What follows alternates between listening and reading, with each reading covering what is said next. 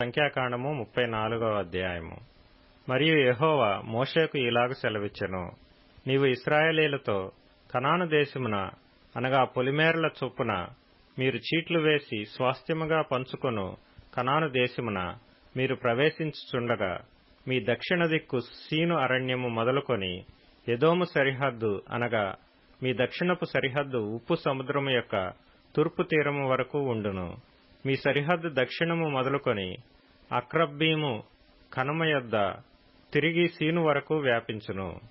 అది దక్షిణము నుండి కాదేషు బర్నేయ వరకు వ్యాపించి అక్కడ నుండి హసరద్దారు వరకు పోయి అక్కడ నుండి అస్మోను వరకు సాగును. అస్మోను నుండి ఐగుప్తు నది వరకు సరిహద్దు తిరిగి సముద్రం వరకు వ్యాపించును. పడమటి సరిహద్దు ఏదనగా మహాసముద్రము, అదే మీకు పడమటి సరిహద్దుగా నుండును. మీ ఉత్తరపు సరిహద్దును మహాసముద్రము యొద్ద నుండి హోరు కొండ వరకు ఏర్పరచుకొనవలెను. హోరు కొండ యొద్ద నుండి హమాతునకు పోవు మార్గము వరకు ఏర్పరచుకొనవలెను. ఆ సరిహద్దు సెదాదు వరకు వ్యాపించును. అక్కడ నుండి సరిహద్దు జిప్రోను వరకు వ్యాపించును. దాని చివర హసరేనాను నొద్ద ఉండును. అది మీకు ఉత్తరపు సరిహద్దు. తూర్పు సరిహద్దు హసరేనాను నుండి షపాము వరకు మీరు ఏర్పరచుకొనవలెను. షపాము నుండి సరిహద్దు అయ్యూనుకు తూర్పున రిబ్లా వరకు ఉండును. ఆ సరిహద్దు దిగి తూర్పున కిన్నెరెతు సముద్రము నొడ్డును తగిలియుండును. ఆ సరిహద్దు యోర్దాను నది వరకు దిగి ఉప్పు సముద్రము దనుక వ్యాపించును. ఆ దేశము చుట్టూనున్న సరిహద్దుల మధ్యనున్న దేశము మీదయుండునని వారికి ఆజ్ఞాపించుము.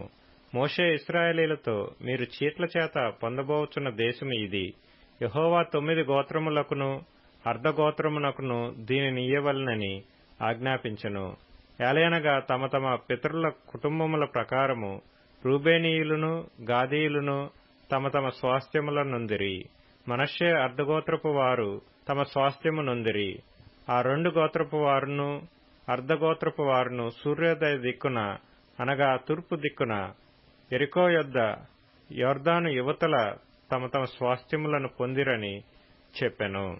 మరియు యెహోవా మోషేకు ఇలాగు సెలవిచ్చెను, ఆ దేశమును మీకు స్వాస్థ్యముగా పంచిపెట్టవలసిన వారెవరనగా యాజకుడైన ఎలియాజరును నూను కుమారుడైన యెహోషువయు.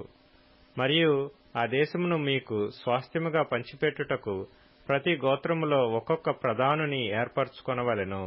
వారెవరనగా యూదావారి గోత్రములో యెఫున్నె కుమారుడైన కాలేబు, షిమ్యోను గోత్రములో అమీహూదు కుమారుడైన షెమూయేలు, బెన్యామీనీయుల గోత్రములో కిస్లోను కుమారుడైన ఎలీదాదు, దానీయుల గోత్రములో ఎగ్లీ కుమారుడైన బుక్కి ప్రధాని, యోసేపు పుత్రులలో ఏఫోదు కుమారుడైన హన్నీయేలు మనష్షీయుల గోత్ర ప్రధాని, ఎఫ్రాయిమీల గోత్రములో షిప్తాను కుమారుడైన కెమూయేలు ప్రధాని, జెబూలూనీయుల గోత్రములో పర్నాకు కుమారుడైన ఎలీషాపాను ప్రధాని, ఇస్సాకారీల గోత్రములో అజాను కుమారుడైన పల్తీయేలు ప్రధాని, అషేరీయుల గోత్రములో షెలోమి కుమారుడైన అహీహూదు ప్రధాని, నఫ్తాలీయుల గోత్రములో అమీహూదు కుమారుడైన పెదహేలు ప్రధాని.